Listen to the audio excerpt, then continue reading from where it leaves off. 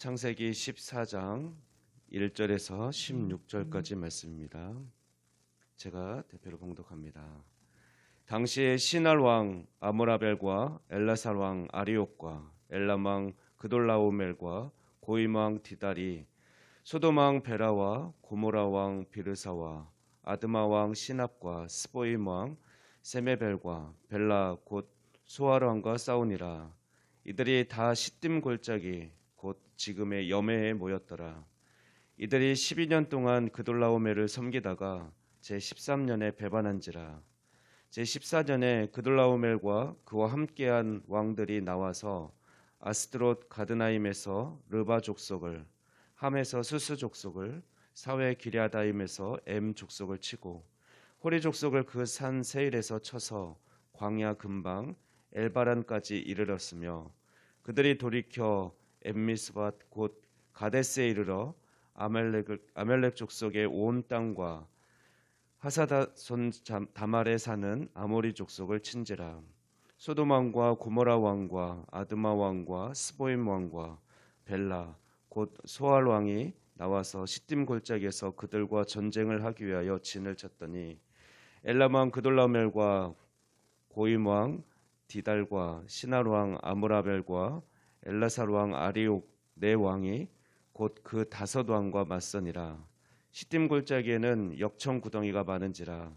소돔 왕과 고모라 왕이 달아날 때 그들이 거기 빠지고 그 나머지는 산으로 도망하며 네 왕이 소돔과 고모라의 모든 재물과 양식을 빼앗아가고 소돔에 거주하는 아브라함의 조카 롯도 사로잡고 그 재물까지 노력하여 갔더라. 도망한 자가 와서 히브리 사람 아브람에게 알리니 그때 아브람이 아모리 족속 마므레의 상수리 숲을 근처에 거주하였더라. 마므레는 에스골의 형제요 또 아넬의 형제라. 이들은 아브람과 동맹한 사람들이더라. 아브람이 그의 조카가 사로잡혔음을 듣고 집에서 길리고 훈련된 자 318명을 거느리고 단까지 쫓아가서 그와 그의 가신들이 나뉘어 밤에 그들을 쳐부수고 다메섹 왼편 호박까지 쫓아가 모든 빼앗겼던 재물과 자기의 조카 롯과 그의 재물과 또 부녀와 친척을 다 찾아왔더라. 아멘.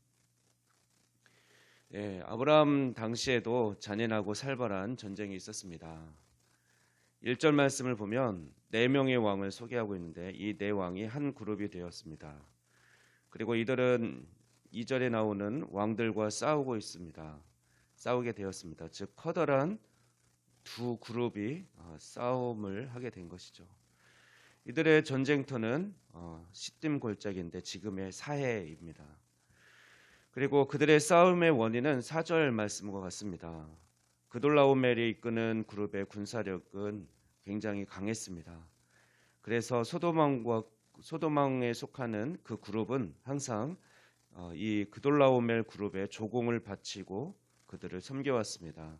그렇게 12년 동안 해오다가 그러면서 소돔왕은 12년 동안 칼을 갈았을 것이고 그래서 어느 정도 자신들이 힘과 세력이 생겼다라고 생각하는 13년 차에는 드디어 반란을 일으킨 것입니다. 배신을 당한 그돌라오멜 입장에서는 이렇게 생각했겠죠. 내가 12년 동안 너희들을 잘 봐주고 키워줬더니 이제 감히 너희들이 나를 대적해? 그래서 이제 화가 나서 이대로 두고 볼 수 없다면서 혼내줄 생각으로 연합군을 형성해서 전쟁을 일으킨 것입니다. 5절에서 7절 말씀은 그돌라오멜의 동맹군이 파죽지세로 르바 족속, 수스 족속, 엠 족속, 호리 족속, 아멜렉 족속, 아모리 족속들을 순식간에 쑥대밭으로 만든 내용이 기록되어 있습니다. 그리고 이제 소돔 왕과 고모라 왕을 중심으로 하는 5 동맹 왕들을 치려고 합니다. 그리고 8절, 9절 말씀은 두 그룹이 서로 진을 치고 전쟁이 시작된 상황을 묘사하고 있습니다. 전쟁의 결과는 10절 말씀과 같이 그돌라오멜 동맹군이 승리했고 결국 소돔 왕 동맹군은 패하게 되었습니다. 소돔 왕 동맹군의 군사들은 시딤 골짜기 구덩이에 빠졌고 또 나머지는 군사들은 패잔병이 되어서 산으로 도망가 버렸습니다. 그리고 11, 12절 말씀을 보면 소돔과 고모라의 패배는 결국 그 안에 살고 있던 아브라함의 조카 롯의 패배와 파멸을 의미했습니다. 아브라함은 자기를 떠난 롯이 소돔의 패배와 동시에 집과 모든 재산, 모든 가족을 빼앗기고 노략질 당했다는 소식을 듣게 되었습니다. 믿음의 사람 아브라함은 조카 롯이 소돔을 선택했다가 절대적인 위기에 빠져 있는 것을 보고 무관심할 수 없었습니다. 그래서 14절, 15절 말씀과 같이 집에서 길리고 훈련된 자 318명을 거느리고 쫓아가서 조카 롯과 그의 재물과 모든 친척을 다시 찾아옵니다. 그렇습니다. 믿음의 사람은 움직이는 사람입니다. 믿음은 머리로 알고 있는 것이 아니라 행하는 것이요 또 삶으로 살아내는 것입니다. 자기에게 주어진 모든 것을 동원해서 하나님이 기뻐하시는 일이라면 무엇이든 행하는 자가 믿음의 사람입니다. 그런데 아브라함이 오늘 본문에서는 아브라함이 바로 그런 사람이었습니다. 아브라함은 주저하지 않고 바로 행동으로 옮겼습니다. 우리가 오늘 기록된 아브라함의 행하는 믿음에서 살펴볼 것은 한 가지 배울 사실은 그것은 아브라함이 자기 자신의 군사적 힘이 얼마나 큰지 이게 싸워서 이길 수 있는지 계산하지 않은 채 그대로 행동에 옮겼다는 것입니다. 한번 생각해 보십시오. 소돔과 고모라 왕도 패배했습니다. 그돌라오메올의 군대 연합군이 모든 족속의 군대를 진멸했습니다. 근데 고작 한 족장에 불과한 아브라함이 군사가 있으면 얼마나 많이 있었겠고 또 그들의 능력이 컸으면 얼마나 대단했겠습니까? 오늘 본문 말씀은 정확하게 숫자로 318명을 거느리고 갔다라고 기록하고 있습니다. 물론 아브라함과 그 마므레 그가 지내고 있던 그 지역에 동맹한 자들이 있었습니다. 그들이 도와서 함께 싸우긴 했지만 보통 사람 같으면 계산을 했죠. 이 숫자 가지고는 어림도 없다. 그래서 무모하게 318명 거느리고 또 나를 돕는 동맹군을 이끌고 가서 그들마저 위기에 빠뜨릴 것이 아니라 이러다가는 조카 롯의 가족만 죽는 것이 아니라 우리 모든 가족과 또 나를 도우려는 그 동맹군들마저 위기에 빠질 수 있다. 그럼 어떻게 좋을까? 그래 내가 그래도 좀 재산이 있으니까 재산을 주고 우리 조카 롯만은 살려달라고 대신 그렇게 교환을 할까? 이렇게 계산을 했을 것입니다. 그러나 아브라함은 계산하지 않고 곧바로 행동으로 옮겼습니다.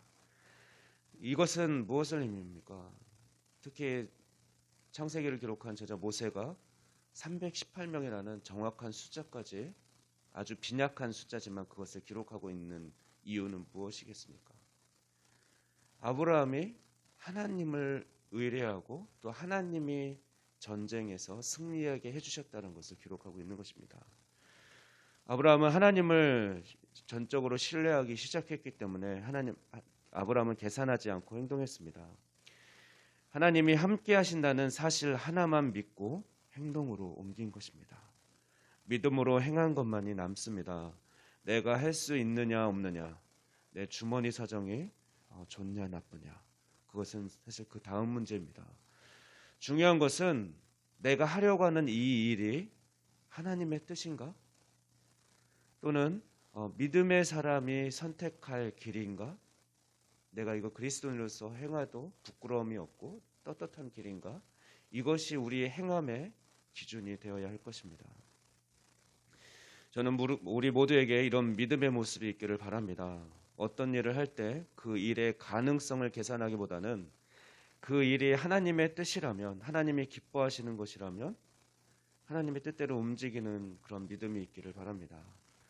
하나님께서 이미 우리에게 허락한 모든 것을 동원해서라도 그것이 가치 있는 일이라면 그 일을 묵묵히 행해나고 추진해나고 한 걸음씩 앞으로 전진해 나가는 그런 믿음이 우리 가운데 있기를 원합니다. 야고보서 2장 17절 말씀 보면 행함이 없는 믿음은 그 자체가 죽은 것이라고 말씀하고 있습니다. 그러므로 우리는 아브라함의 행동하는 믿음을 본받아서 주저하지 않고 날마다 전진하는 믿음을 갖게 되기를 소원합니다. 기도하겠습니다. 하나님 아버지 감사합니다. 오늘도 아브라함의 믿음을 통해 우리의 믿음을 돌아보게 하시니 감사합니다. 우리가 경험과 이성으로 계산하는 믿음, 생각만 하고 주저앉아 있는 믿음이 아니라 행동하는 믿음, 세상의 어떤 것이 아닌 오직 하나님만 의지함으로 담대히 나아가는 믿음을 허락하여 주시옵소서. 오늘 하루도 주님께, 신실하신 주님께 의탁합니다. 우리의 걸음을 선하게 인도하여 주시옵소서. 감사드리며 우리 주 예수 그리스도의 이름으로 기도하옵나이다. 아멘.